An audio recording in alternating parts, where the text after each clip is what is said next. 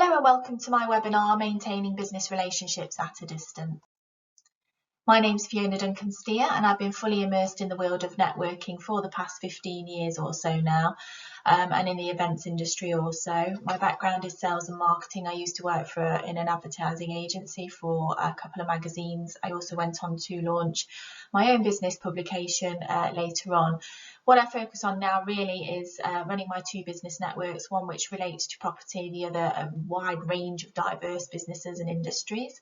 And I also train people how to network more effectively, and that includes businesses of all different industries, corporates and SMEs, as well as going into universities to guest lecture, mentor and coach the students. Right, okay, so a bit of an overview of today's webinar then. The three key elements that we should be focusing on right now is what I'm going to cover first of all. Then we're going to touch on events, both physical versus virtual. At the moment, obviously, we are virtual. The date that this is recorded is August 2020, so we have been in lockdown of the COVID-19 pandemic for about 5.5 months now, which is what really led me to want to really record and write this webinar in the hope that it helps people and adds value in some way, shape or form at the moment, so that we can all maintain those relationships at a distance, and key resources that we can tap into, which I'll share later on. The third element we'll go into is the conversation content and how we should be speaking to one another at the moment. A little bit of creative communication and idea generation. That is a separate webinar entirely, but I will touch on a few tips that might be useful at the moment. And as I say, we'll end on useful resources. Right, so let's get cracking.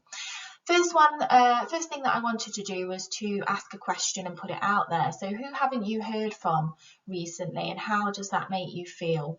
Now, I just want you to really ponder on that question initially and have a think about it. Who haven't you heard from recently, and how does that make you feel? And then what we'll do is we will revisit that at the end. Next thing then is we'll reflect, if that's okay with you. So let's reflect for a moment. Now, the reason that I want us to all reflect is because we're all busy. We're all either students working at university towards an end goal, or we're in business working frantically day to day to get things done. And it's very rare that we actually take a stop time to reflect on what we've achieved, maybe from a long time ago, maybe past achievements, long-term achievements, and also short-term achievements. We talk a lot about in business short-term and long-term goals and projections, but do we talk about short-term and long-term past achievements? Not so much.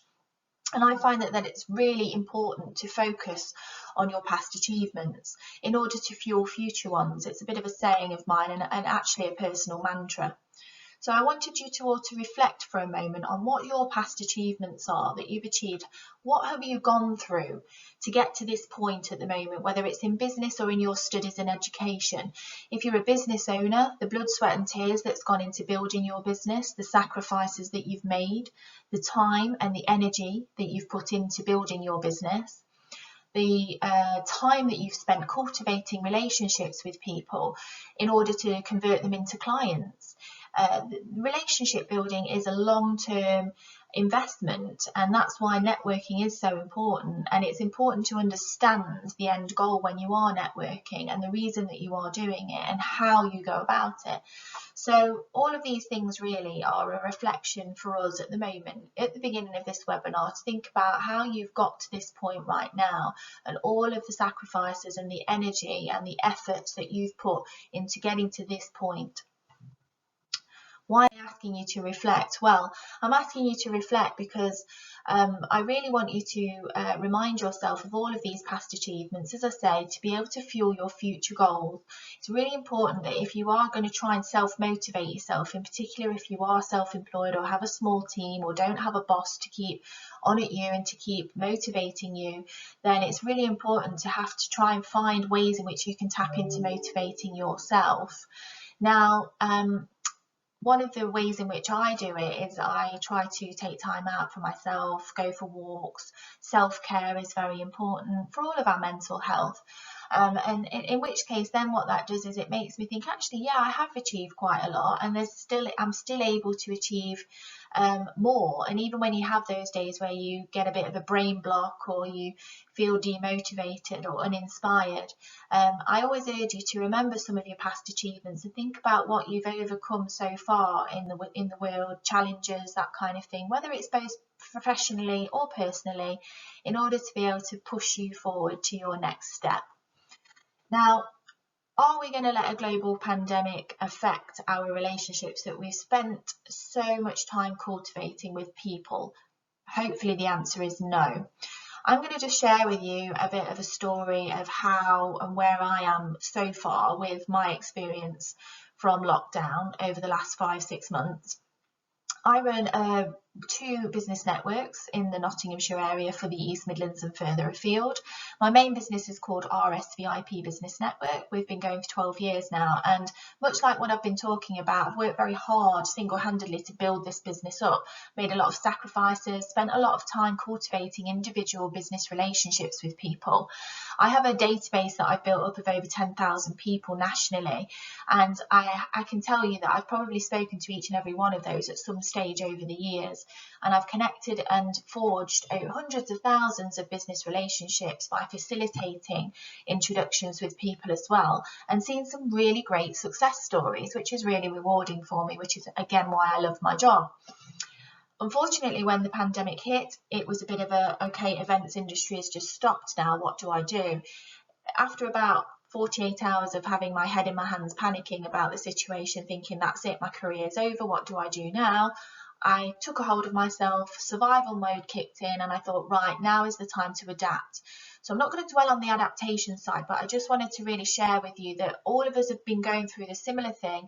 We've all got individual personal situations because our businesses and situations are all different, but we are all in the same boat right now in trying to adapt. And those that have adapted quickly are those that have seen the quickest successes.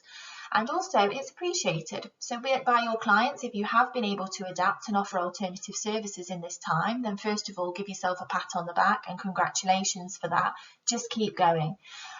But what we did is we went online. Now the digital space, the virtual space is there for us all to access. It's free through whether it's social media or various different platforms, we can access them. And there are a lot of platforms actually that are out there that are free and available for us to access. So access them. So what I'll do is I'll share a few of the ones that I recommend later on in the series of this webinar. But just to let you know again and come back to what I've been doing is really I've been integrating the online stuff that I've learned, whether it's video, whether it's using these special platforms that I've discovered, and I've created a bit of an online community now through my network, and we've gone online. So for the last 5-6 months we've been hosting our events online, and they've been going really well, been really well received. Not everyone granted has taken part because it's not for everyone, but at least we've offered something as an alternative. So if you haven't done that up to now, what can you do to offer as an alternative in your business or situation right now? Okay, so let's cover the event side then. So events, physical versus virtual.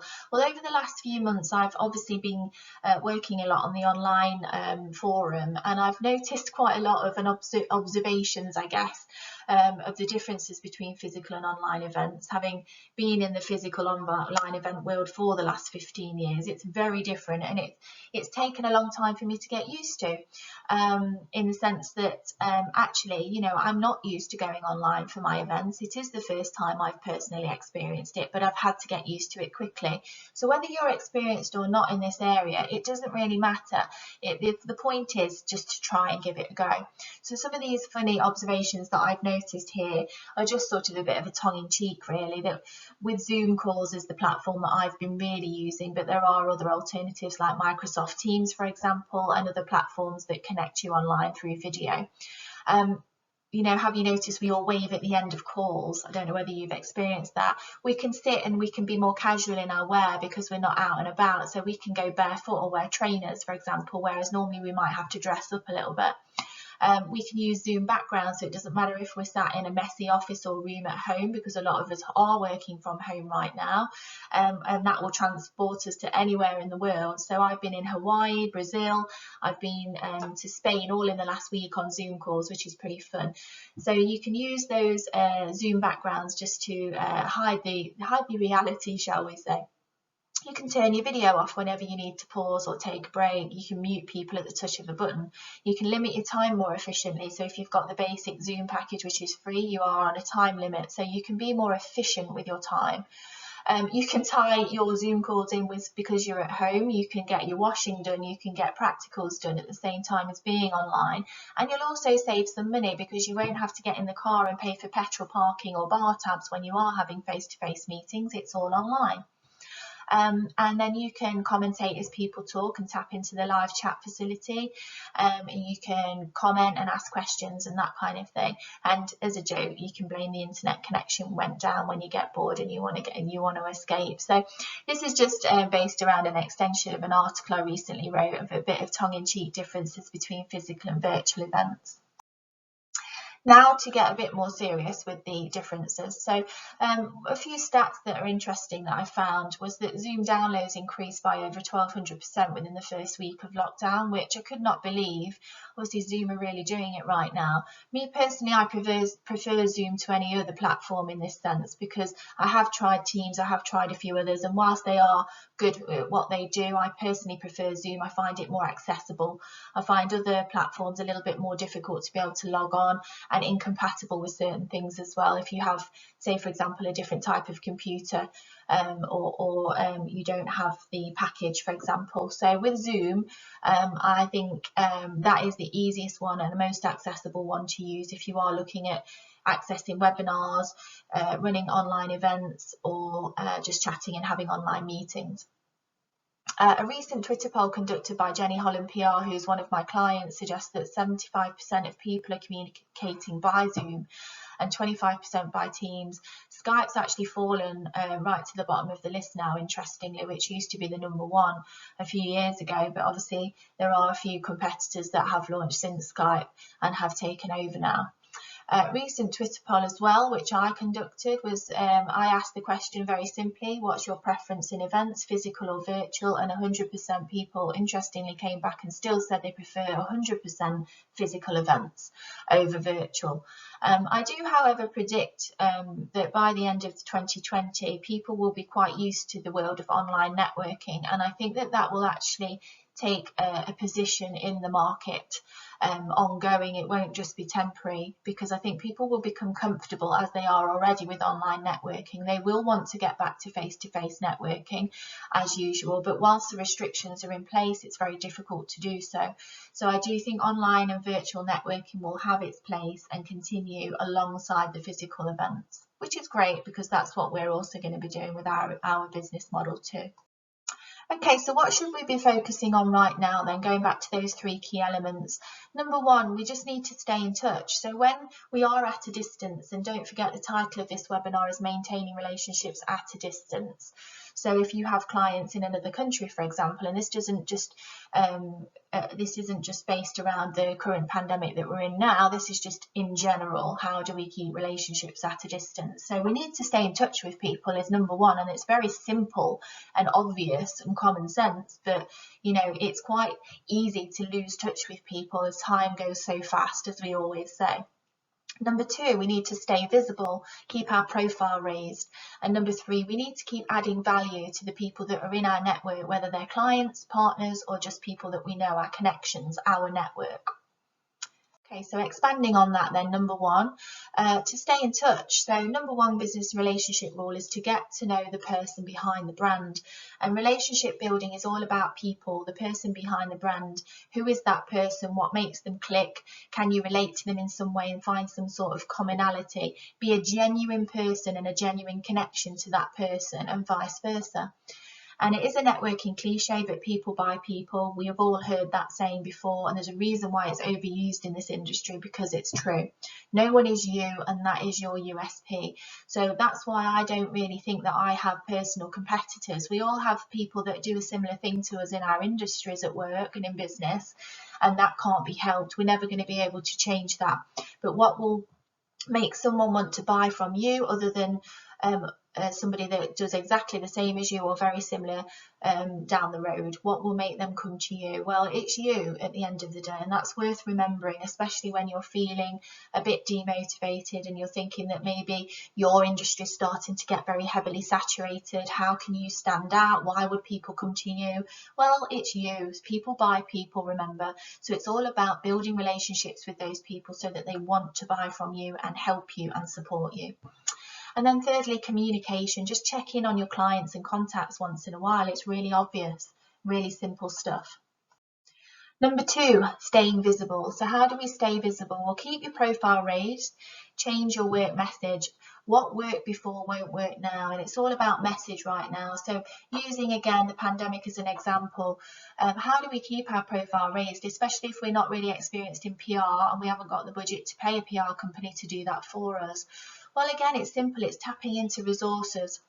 It's making sure that we keep on the circuit as such, and keep out there, whether it's through social media, whether it's through keeping connected with people and keeping in touch. But it's also about changing our message right now as well. So, and changing your message not just right now, but in the future for any kind of situation that you find yourself in. It's always good to relook at your message and think, is this still working for me, or do I need to rejiggle it and rework it? So relooking at your marketing message and strategy on a regular basis is a real must. And no one wants to be sold to, so change that message and make sure it hasn't got too much salesy jargon in there. Just be more human. It's a really important thing to remember that people were buying from you, really. They're not buying from your brand. They're buying from the person behind that brand. So there's nothing wrong with personalizing emails, personalizing mailers, personalizing your message. So it's more like a conversation than a pitch. Number 3, add value. Can you get involved in something charitable, for example? So can you donate some time or money or resources? So when there's a time when it's quite a difficult time you might be going through, like we are right now in business, or if you know in general that one of your clients might be struggling or going through a difficult time, what can you do to help them? It's really important to think about it on the other way around, about not how people can help you, but how can you help them? And also, can you get involved in something, a community project, for example, where you can donate your time or resources to get involved in something, which can then become a bit of a campaign that you can use within your marketing. Now, it's worth remembering that this isn't the reason to do charitable causes. Obviously, you need to do them because you want to do them, because you're passionate about that particular charity or project. But equally, it's great to make sure that you record anything that you do with something like this, because people love storytelling. So if you're going to spend your time helping others, make sure that you use it as a case study in your marketing, so that you can share what you've done and how you've helped, and help share the results of that as well, as in particular if they're a success and they're positive. What does this do? Well, it provides valuable support to others, obviously, which will be appreciated. It solidifies you as a decent person and brand, and it makes you memorable, and it also solidifies your reputation in the process. So it's a win-win all around. And then number 3, can you relate to any of these then? So we'll move on to just some observations again that I've noticed recently from feedback, really, from clients and people in my network, when we are going through a change, if you like, in trends in the market, or a difficult time in business, or we're just having to be forced to communicate at a distance. And some of these observations and things that have come back to me are things like mental health awareness. So people have really become aware of their own mental health and being more protective of themselves and their mental health, making sure that they're looking after themselves. So it's more of the human side. People have been reverting back to their why. So when you become at a halt, and you're having this enforced rest and enforced stop in business, where you're giving time to reflect, which is what we spoke about at the beginning, it makes you think about what your why is, what your purpose is, and why you're doing what you're doing. And it's really important to keep reverting back to this every so often so that you don't lose track of why you're doing what you're doing in the first place. And then a lot of people are saying they're enjoying the slower pace and it's allowing them time to catch up. And it's really important to give yourself that time to catch up as well on things, and to slow down once in a while so that you have that breathing time and breathing space to be able to idea generate and allow your creative juices to start flowing, because that's when the magic really happens. And that moves on to the next point, which is getting creative. It's really important to get creative in business. You don't need to be an artistic person to be creative, and you don't need to be creative to idea generate. You just need to know how to go about it, and you need to allow yourself that space and time in your mind to do it.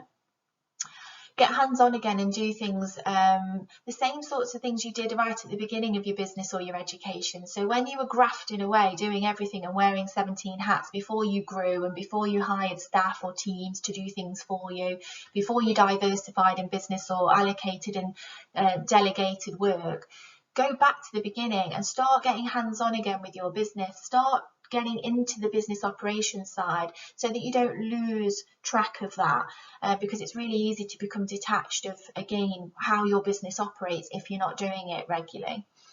And then a lot of people are also noticing from feedback a change in business operations and infrastructure, because they're having to. So if you have to change the way that you operate your business or your infrastructure, it's not always a bad thing. So it's always great to review that so that you can make it better. Simplification, so simplifying, why overcomplicate anything if it's not necessary? And sometimes naturally and organically businesses can become overcomplicated in time, and it's good to take a step back and really kind of draw back on things and go, do I need this, do I need that, or can we simplify things down a little bit? Work-life balance has been restored. So again, when you slow down, your work-life balance starts to appear to the surface again. Maybe your sleep pattern improves, maybe your stress levels lower, and you'll just become happier. And a happier person equals a better business all around, really. And then reprioritization, which really is a kind of a summary of all of the above. Okay, so that moves on then to the importance of storytelling. So that's why I kind of covered the previous slides, observations, because it's really important to observe all of those things in yourself, in your business, in your situation right now, so that you can then implement them and integrate them into your storytelling. That then allows you to show the human side of you and your business. Now, why would you want to do that? Well, it shows authenticity. Genuine people do business a lot better and attract more business. It allows you to find commonalities in other people. If you can see other people going through a similar thing or a similar situation to you, you will naturally have that draw towards them, and vice versa, and that creates relatability, therefore helping you build a relationship with those people. And also, honesty equals respect. What's your story? So think about what your story is. And then let's look at how we integrate that into our conversations. So conversations then and now then. So I've just listed a couple of examples of some of the conversations that and things that we might say to people when we first meet them or sign off on an email or say goodbye before the global pandemic to now. And this can be translated across the board. It doesn't have to relate just to COVID. So before, it would be quite generic. So a lot of people say things like, hi, how are you? They'll sign emails off with kind regards or regards, and they'll generally, to strike a conversation up, they'll ask how business is or ask if you're keeping busy. And actually, it's really non-creative, unimaginative and boring. So how can we make that a bit more interesting? And how does that differ to how people are talking to each other now? Well, I've noticed, just an observation, that people are signing off on emails saying things like stay safe or keep safe, look after yourself, which again, it kind of evokes emotion, doesn't it? When someone says something like that, it makes them feel like they actually genuinely care about your well-being and you. I hope you're well and healthy. How are you coping? How are you coping? Genuinely ask someone, how are they doing today? And it's just a little bit more personal. You could also go one step further with this, and so I've listed a few more examples here. I wanted to check in on you. So when you're contacting clients, for example, or someone you haven't heard from recently, drop them an email or a video message or a text or a WhatsApp. It really doesn't matter. And just say, I just wanted to check in on you. And when that comes through, their end, just out of the blue, I guarantee they'll be really touched by the fact that you are thinking about them and that you've actually gone out of your way to just check how they're doing right now. If you know situations that they're going through personally, maybe it's with the family, or maybe it's drawing upon a previous conversation you had with them when the last time was that you spoke with them, then you could regurgitate that conversation and carry it on and say, you know, how was your holiday? How is the family? It's even worth taking notes so that you remember what the previous conversation was with that person, so that you can pick it back up next time you do speak. Guarantee it will go a million miles with that person if they think that you've remembered the previous conversation with them. Ask people, is there anything I can do right now to help you? And please let me know if there's anything I can do. And insert observations. So I noticed this, I noticed that. So for example, if you've seen on social media that they've put something out there which maybe rings alarm bells that they're maybe not doing so well right now. Maybe they need help with a campaign they're working on, or they're looking for some particular contacts. You could start the conversation with, I noticed this the other day and I really want to help you out, X, Y, Z, continue. And just don't forget to show sympathy and compassion where you can. There's nothing wrong with doing this in business. Again, it goes back to that whole human side. The golden nugget question, though, which I mentioned before, is how can I help you? And it's worth remembering this question and putting it in your back pocket in every situation possible. And make sure that when you ask this question, it's genuine. Okay, so moving on to the next section, which is creative communication. I won't go through too much on this side of things because, again, like I say, this is a completely separate workshop which will be launched very soon. But I wanted to touch on it because we've touched on conversation, storytelling, and it kind of links in really well. So creative communication is all about how do we get creative right now and maintain those business relationships at a distance, but be creative about it. So how can we think outside the box? And all I'm really advising you to do right now is to think outside the box if you haven't already. Rather than doing what you normally do something completely different for a change. Just give it a go. What have you got to lose? Firstly, it's worth looking at your current marketing strategies I mentioned before and asking yourself how that's worked for you up to now. Do some monitoring and see what actually has worked and what could work going forward for you. And now ask yourself, does the same strategy work? And if the answer is no, which is highly likely, especially at the moment, it will need reworking and reframing, and the message will need changing. So look at your message and reword things, be more human, personalize it, use some of your conversations content that we've just spoke about, and change the way that you speak to people very slightly, and that will make all the difference. People don't want to be sold at.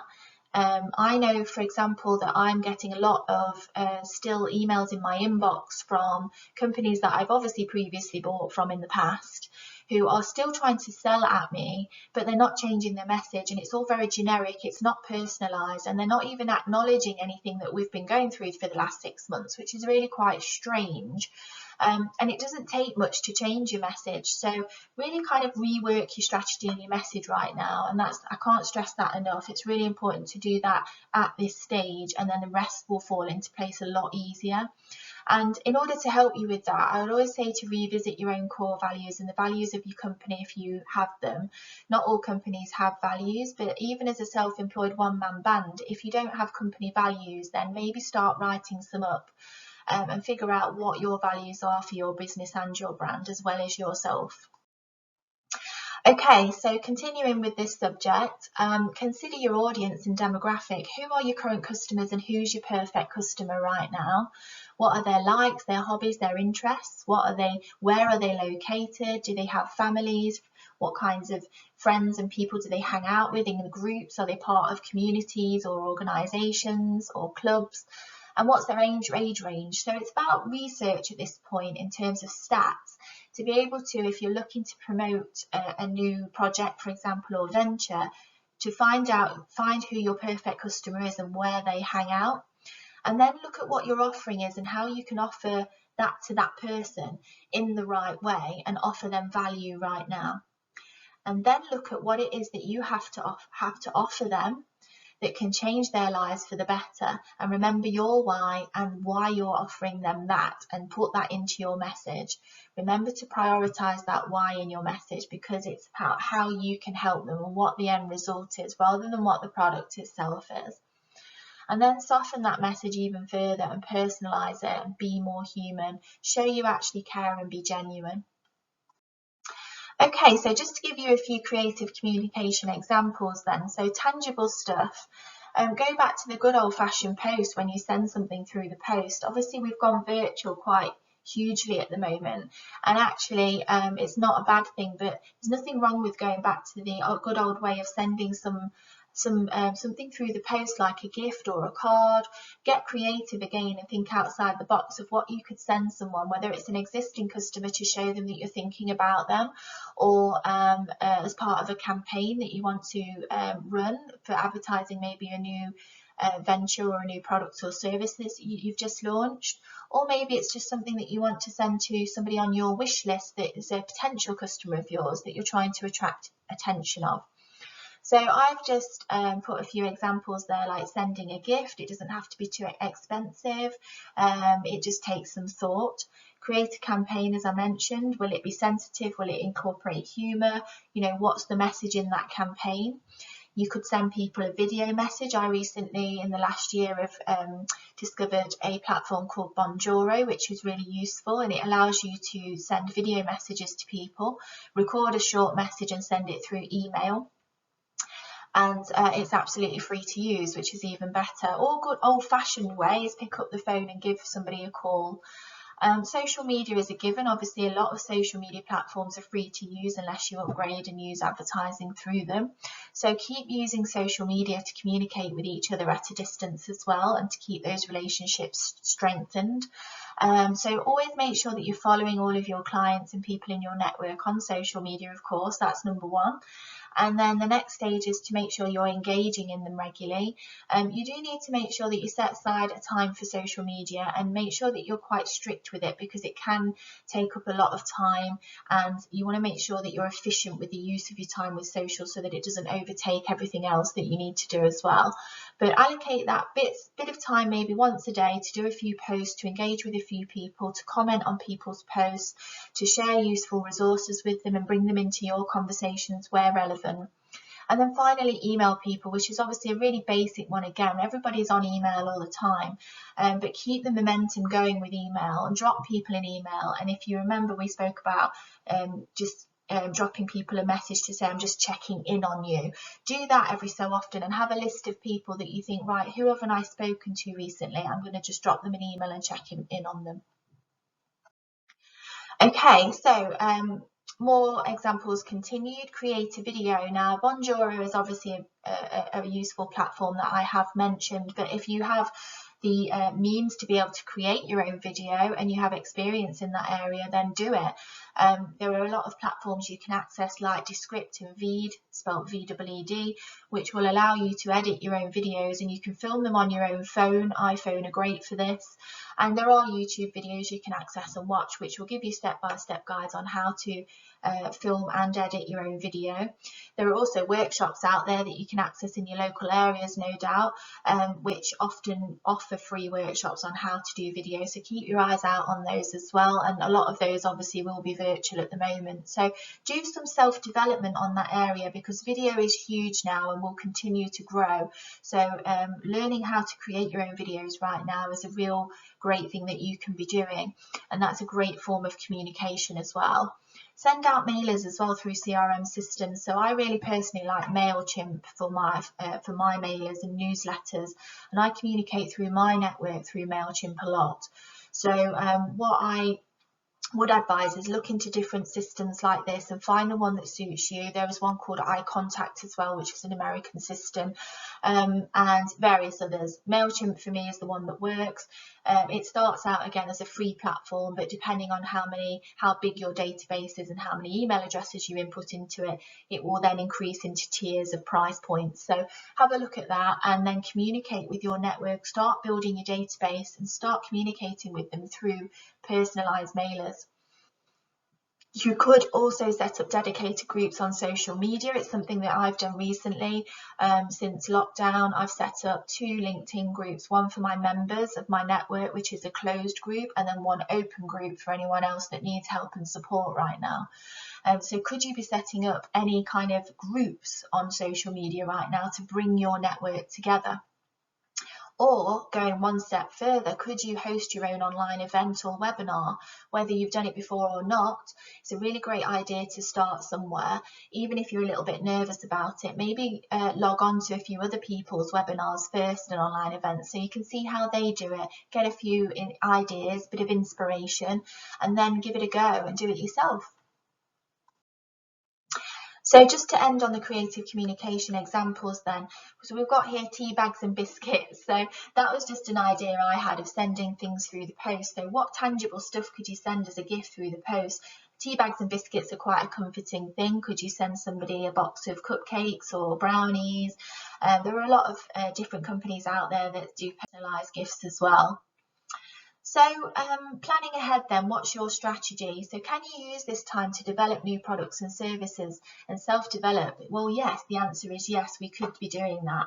So at the moment, really, if you've got a bit of spare time on your hands, what could you be developing for your clients at the moment that could help them? And then ask for feedback as well, and can you involve them in the process? So if you're looking to develop something new, document the journey on social media and keep your clients informed in the process in which you are developing this new product or service, because inclusion is really powerful. Okay, I'm just including my vision board on here now. My vision board is basically something that I created in January this year, 2020. I hadn't looked at it until recently because of lockdown and all the distraction around that. When I looked at it, I realised that I'd actually ticked off quite a lot more than I thought I had. You know, including things like, obviously I haven't travelled because I've been on lockdown and I haven't been able to, but I have been out on active walks in the countryside. I've been getting more creative. I've been reconnecting with my art again. I have looked after my health more because I've slowed down and stopped. I've sorted my house out and decluttered, and I've really been focusing on my brand at work recently and the training side of my business, and it's allowed time for me to do that. And finally, I've been trying to eat healthier as well. So all of those things on my vision board that I wanted to do, that actually I thought in March, darn it, I'm not going to be able to do any of this now. 2020 is a write-off. When I re-looked at my vision board, I realised I'd actually ticked off a lot more than I thought I had. So I urge you, if you did do a vision board at the end of last year, beginning of this year, to re-look at that as well. Again, it's part of your reflection, and that will hopefully spur you on to give you some ideas in which you can motivate yourself to do all of the things that we've been speaking about today. Ask for feedback as well and bat it back to your customers. So put some surveys out there, use something like SurveyMonkey, ask for feedback, ask for testimonials, which are great for your marketing, and just do some research. Again, inclusion is really powerful and it really will help you. So I'm just going to touch on some quick idea generations now. So my famous 5 are brain dumps, brainstorming, mind mapping, storyboarding, and role play, which is basically snagging, as I call it in the events world.